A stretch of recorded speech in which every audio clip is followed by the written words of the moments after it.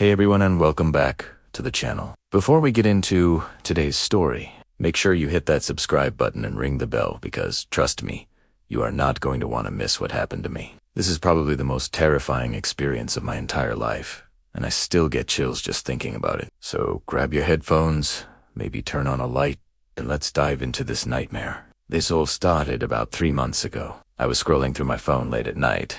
You know how it is. Just mindlessly going through social media, watching random videos.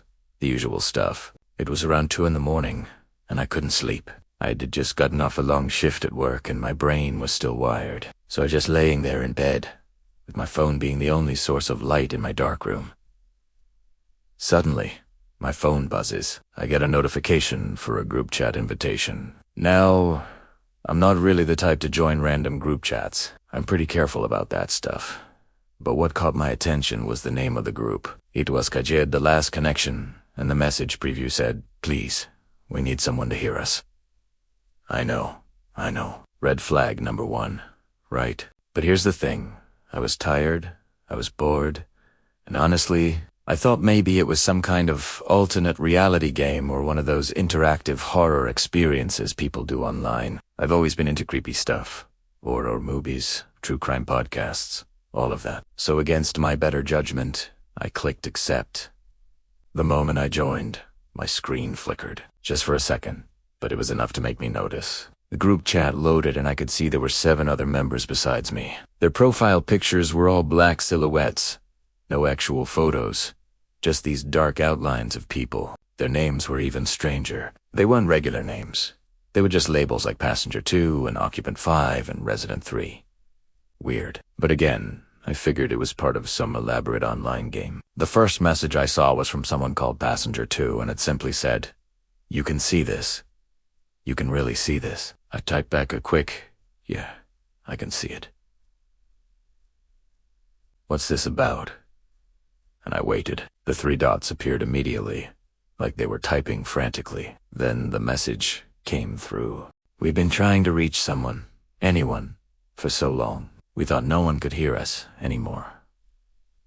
Okay, so they're really committing to this role play or whatever it was. I decided to play along. I asked them what they meant, where they were, what was going on. That's when things started to get really weird. Passenger 2 sent me a photo. It was dark, really grainy, like it was taken with an old phone or in really low light, but I could make out what looked like the interior of a vehicle. There were seats, windows, and what looked like other people sitting in the background, but their faces were blurred out, or maybe just lost in the darkness. "We were on bus 73, the message read. "October 15th, 2022. Do you remember hearing about it?" I sat up in bed at that point. October 15th, 2022. That was over a year ago. I quickly opened another tab on my phone and Googled Bus 73 October 15th, 2022 accident. My stomach dropped when I saw the results.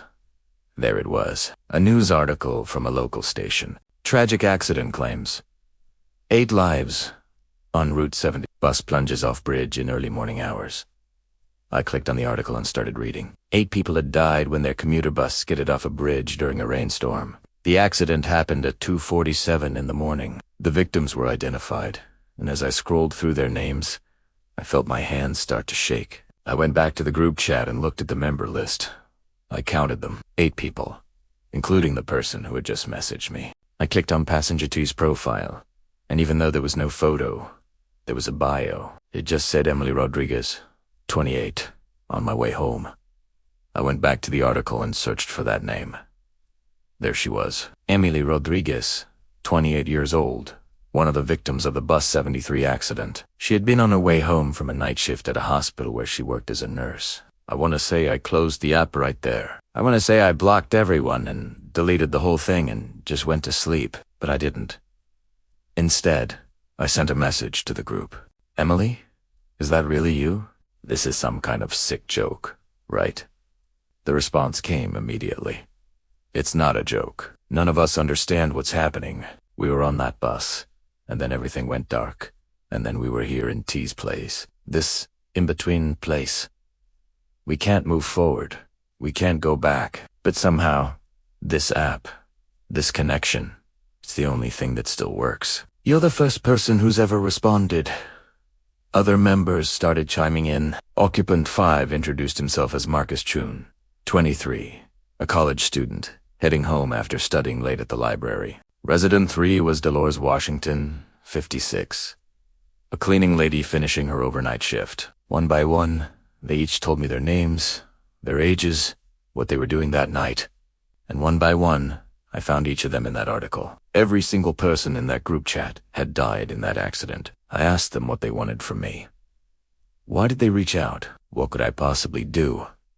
Emily responded first. We need someone to know we're still here. We need someone to tell our families that we didn't just disappear, that we're stuck, but we're still conscious, still aware. We can see messages from our old phones sometimes, from our families, but we can't respond. We can't reach them. But you, somehow, you can hear us. You're like a bridge. I felt sick. This was too elaborate to be a prank, too detailed, too emotional. But it also seemed impossible. I mean, ghosts using a group chat app. The dead reaching out through smartphones. It sounded absurd, but everything they were telling me checked out. The names, the ages, the details of that night.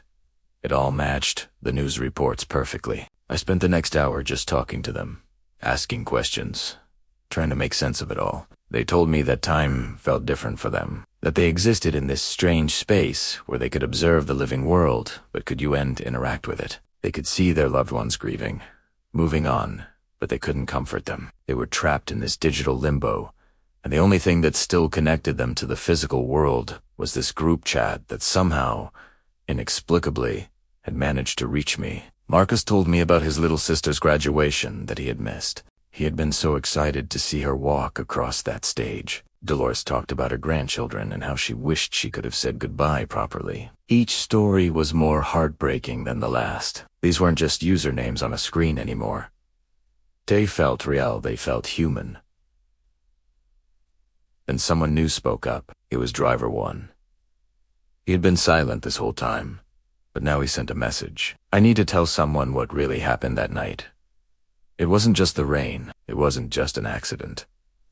I asked him what he meant. He said his name was David Turner, 45, and he had been driving that bus for 12 years. He knew that route like the back of his hand. He had driven through worse storms than that. But something had happened that night.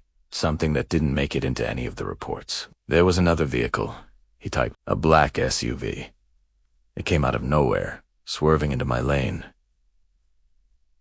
I had to make a choice. Either hit them head-on or swerve off the road.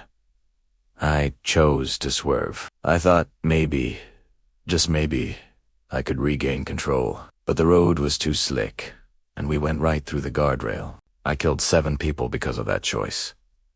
And the SUV, it just kept driving. Never stopped, never came forward. I didn't know what to say. This was information that wasn't in any news report. If what he was saying was true, then this wasn't just a tragic accident. There was someone out there who had caused this.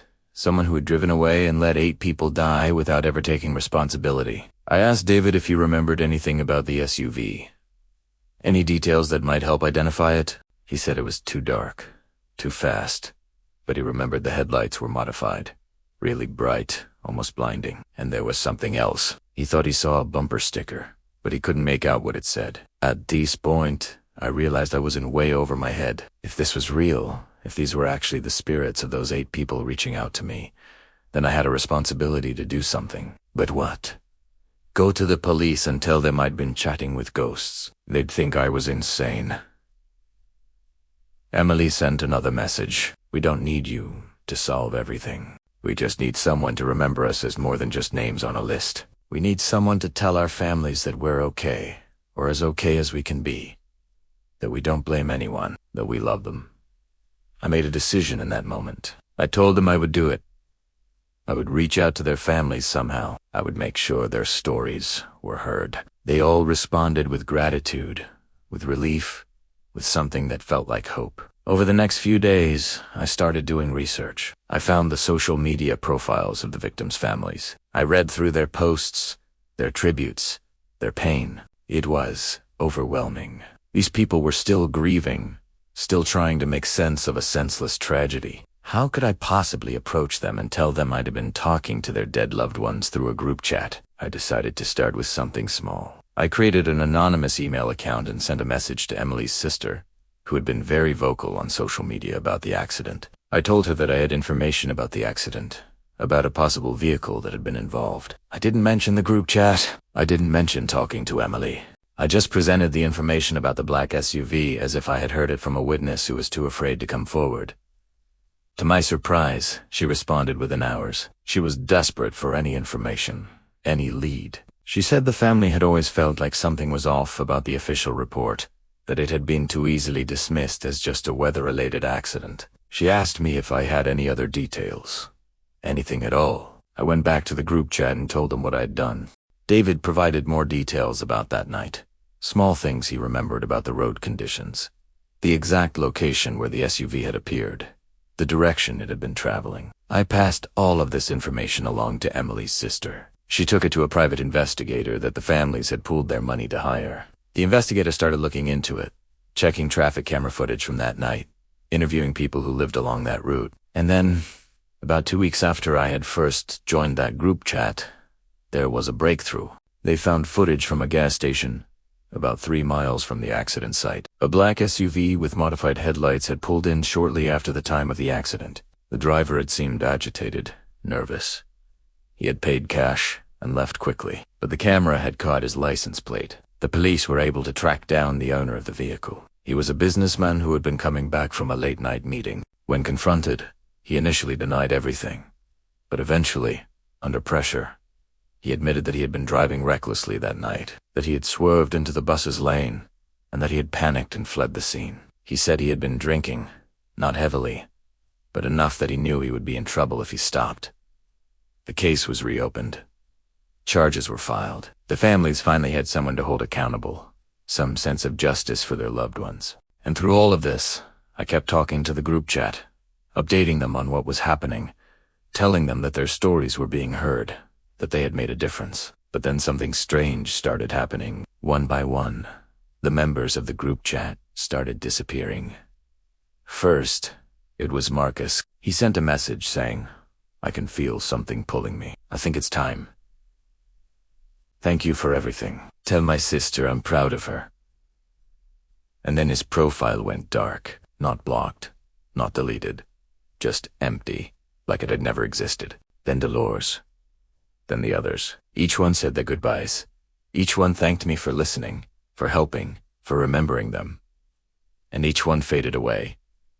Emily was the last one left. We talked for a long time that final night. She told me that she could feel whatever was holding them, they're starting to let go. That knowing their families had answers, knowing that someone had been held accountable, it had given them peace. She said she could see a light now, something warm and welcoming that hadn't been there before.